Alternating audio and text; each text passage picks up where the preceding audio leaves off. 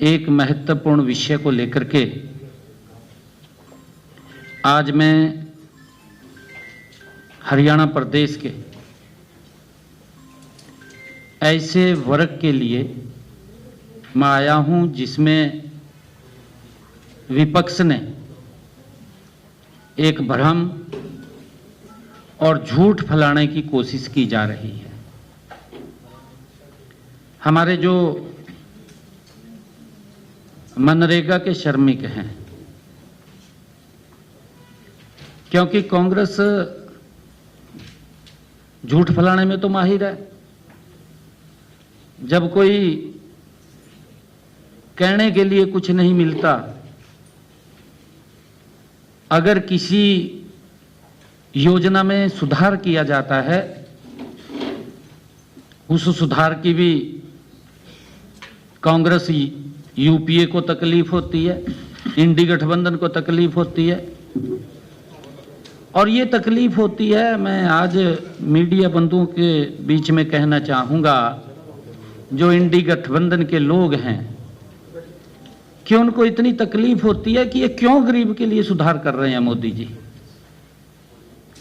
भाई, आपके पास अगर कोई सुझाव था, लोकसभा के अंदर रखना चाहिए था, कह देना चाहिए था। सुझाव तो है नहीं है, जवाब भी कोई नहीं है, वॉकआउट कर जाते हैं, भाग जाते हैं। अगर प्रदेश के लोगों की कोई बात रखनी हो, आपके सामने विधानसभा के अंदर अपने आप वो प्रस्ताव लेकर के आते हैं, अपने आप भाग जाते हैं और उसके बाद फिर लोगों के बीच में जाकर के तरह तरह की अफवाहें फैलाते हैं। अब कांग्रेस और इंडी गठबंधन के लोगों के चेहरे को और उनके चरित्र को प्रदेश के लोग भी, देश के लोग भी समझ रहे हैं। साथियों, आज मैं जो इंडी गठबंधन कांग्रेस के लोगों ने एक झूठ फैलाने की कोशिश की जा रही है, विकसित भारत जी राम जी, इस योजना को लेकर के, क्योंकि बड़ा दुष्प्रचार इसको लेकर के किया जा रहा है। ये योजना मनरेगा, फिर इन्होंने नाम चेंज किया नरेगा। आदरणीय प्रधानमंत्री जी ने अब इसके अंदर बड़ा सुधार किया है।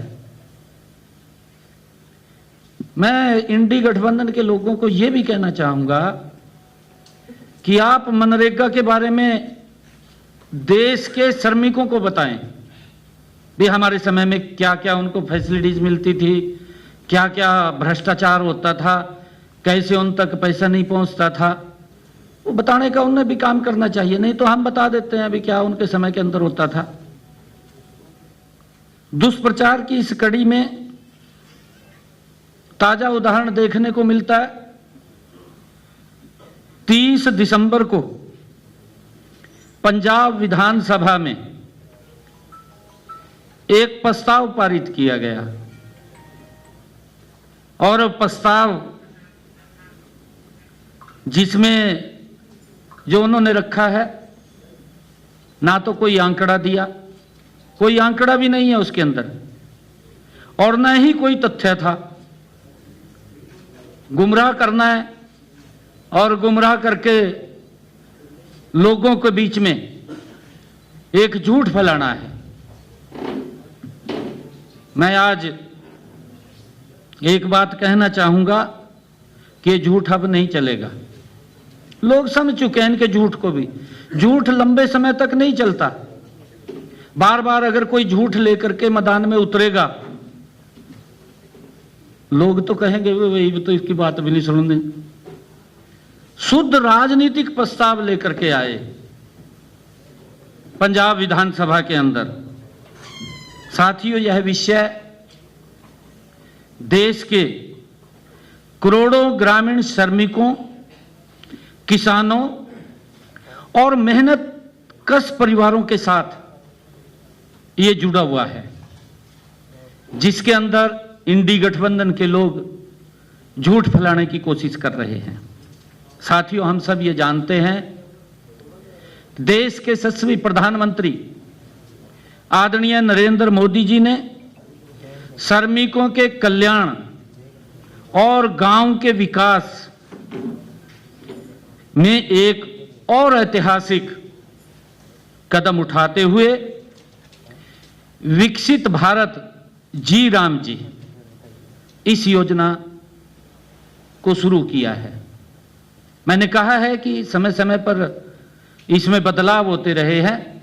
ये बदलाव ऐसा नहीं है कि ये पहला ही बदलाव है, इन्होंने भी बदलाव किए हैं, परंतु इस योजना ने पुरानी पड़ चुकी मनरेगा का उसी का स्थान इस योजना ने लिया है। साथियों, मनरेगा योजना मैं बताना चाहूंगा कि लगभग 20 वर्ष पहले इसको शुरू किया गया था। 20 साल पहले मनरेगा और ऐसी ही कई योजनाओं की प्रकृति ही ऐसी थी कि इन्हें तैयार किया जाता है, पारित किया जाता है और लागू किया जाता है और इसमें सुधार भी किया जाता है। इसकी ऐसी प्रकृति है। किसी योजना में रह गई अथवा समय की मांग, कोई उसमें सुधार करना है या समय की मांग के अनुसार उन कमियों को सुधारना है, क्योंकि ज्यों-ज्यों समय बदलता है, समय के अनुसार ही हर चीज बदलती है और उसमें सुधारना ये नीति निर्माण का एक हिस्सा भी है और मनरेगा भी इसी मामले में अलग नहीं है। साथियों, मनरेगा के अंतर्गत कई समस्याएं सामने आई। श्रमिकों के बजाय मशीनों का उपयोग करना, आप सब देख रहे हैं कि आपको जानकारी भी है कि एक समय था इन्होंने मनरेगा तो शुरू कर दी, परंतु मनरेगा शुरू करने के बाद इसमें इतना बड़ा एक कमी देखने को मिली कि जो एक्चुअल में श्रमिक था उसको तो काम नहीं मिलता था, मशीन से काम करवा लेते थे, पता नहीं किसके नाम पर देते थे और वो पैसा घूम करके कहीं ना कहीं इनकी जेब में चला जाता था, वो श्रमिक के पास नहीं जाता था। मशीनों से काम करवाना, बजट का अत्यधिक अनुमान, बजट के ऊपर जोर था इनका।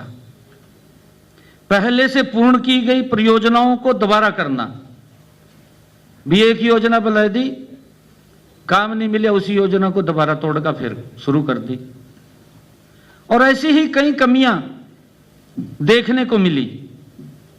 लेकिन आज सच्चाई यह है कि देश, समाज और ग्रामीण अर्थव्यवस्था पिछले 20 वर्षों में मूल रूप से ये बदल चुके हैं। ग्रामीण जो गरीबी थी वर्ष 2011-12, जहां 25% से अधिक गरीबी थी, वहीं आज यह घट करके लगभग 5% से भी नीचे आ चुकी है। इसका अर्थ यह है कि हमारी सरकार हमारी सकारात्मक नीतियों की वजह से देश भर में 20% से अधिक लोग, 20-25% से अधिक लोग गरीबी रेखा से ऊपर उठे हैं, बाहर आए हैं। साथियों, पिछले एक दशक में देश के यशस्वी प्रधानमंत्री आदरणीय नरेंद्र मोदी जी के नेतृत्व में डिजिटल कनेक्टिविटी, बैंकिंग सेवाओं और डीबीटी आधार और बुनियादी ढांचे में अभूतपूर्व विस्तार किया गया है। इसके कारण से लोगों को सीधा लाभ इसका मिला है।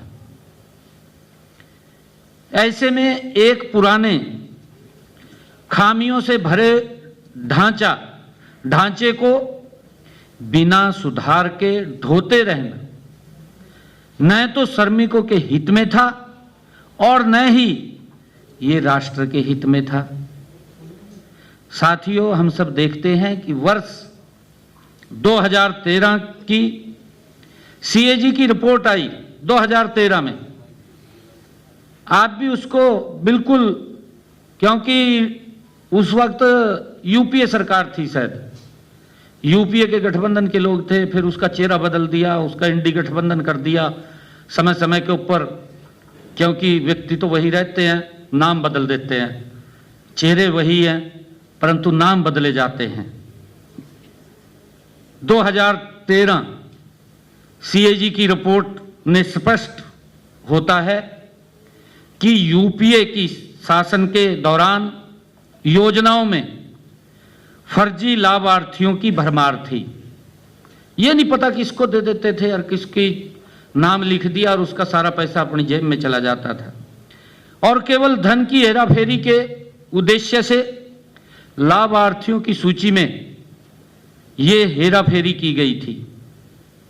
यह इसलिए संभव हुआ क्योंकि मनरेगा योजना में कोई बायोमेट्रिक जांच नहीं थी और न ही इस बात की कोई निगरानी प्रणाली थी कि मजदूर कौन मजदूर के रूप में पंजीकरण करा रहा है, ये भी कोई रिकॉर्ड नहीं था। और क्या वास्तव में पंजीकृत मजदूर ही वह व्यक्ति था जिसे मेहनत का फल मिल रहा था? जिसने मेहनत करता था, क्या वही मजदूर था? परंतु इसकी कोई व्यवस्था इस प्रकार की इनके समय में नहीं थी। महत्वपूर्ण बात यह है कि केंद्र में यूपीए सरकार के दौरान मनरेगा एक ऐसी योजना बनकर के रह गई थी जिसका उद्देश्य, ये इंडी गठबंधन की बात न, यूपीए शासन की बात कर रहा हूं, यूपीए शासन में मनरेगा एक ऐसी योजना बनकर के रह गई थी कि जिसका उद्देश्य केवल खड्डा खोदना और फिर उसको भरना। पहले तो बोल देते थे भाई खड्डा खोद दिया जाएगा, फिर कहते थे कहा इसमें भर दे जाएगा। इससे ज्यादा कोई काम, क्योंकि इनके पास नीति नहीं थी, इनके पास नीयत भी नहीं थी। और आप सब जानते हैं कि उस समय के अंदर क्या क्या भ्रष्टाचार के मामले उजागर होते थे। ये सीएजी की रिपोर्ट के अंदर जिसका मैंने जिक्र किया इन्हीं के समय की थी, उसने इसके ऊपर पूरा विषय रखा है। बल्कि यह टिकाऊ और स्थायी संपत्ति बनाने की योजना नहीं बल्कि धन मांग करने और भ्रष्टाचार में लिप्त करने के लिए किसी प्रकार की योजना को दिखाने का मात्र एक साधन बन गई थी। यह नीति परिणाम देने की बजाय ये मानव दिवस उत्पादन करने की नीति बन करके रह गई थी। इसमें कोई गरीब व्यक्ति जिसको हम लाभ देना चाह रहे थे उस तक लाभ नहीं पहुंच रहा था, कोई और व्यक्ति थे। साथियों, मैं विशेष उदाहरण देना भी चाहूंगा, मैं आपको बताना चाहूंगा, क्योंकि अभी 2 रोज पहले, अभी पिछले दिनों पंजाब विधानसभा के अंदर प्रस्ताव पारित हुआ। उसके तथ्यों में नहीं जाते और उसकी गहराई के अंदर नहीं देखते भी क्या था क्या नहीं था। बस राजनीतिक उद्देश्य की पूर्ति होनी चाहिए, भाई गरीब आदमियों के साथ उनको गुमराह करना, उनके अंदर झूठ फैलाना और अपनी राजनीतिक स्वार्थ सिद्धि पूरी करना, ये उद्देश्य इन लोगों का रहता है। मैं पंजाब का उन्होंने प्रस्ताव पारित किया, मैं एक उदाहरण देना चाहता हूं। वहां जब देश के माननीय कृषि मंत्री शिवराज चौहान जी ने पंजाब का दौरा किया तो वहां कृषि मंत्री जी को वहां के श्रमिक मजदूर, मनरेगा के मजदूर मिले और मजदूरों ने शिकायत की कि उन्हें उनका हक नहीं मिल रहा है। ये मनरेगा के मजदूरों ने कृषि मंत्री शिवराज सिंह चौहान उनको शिकायत की, उनको मिले और उन्होंने कहा कि सारा का सारा पैसा ठेकेदार हड़प रहे हैं। ये बात मनरेगा मजदूरों ने एक शिकायत करके केंद्रीय मंत्री शिवराज चौहान जी से कहा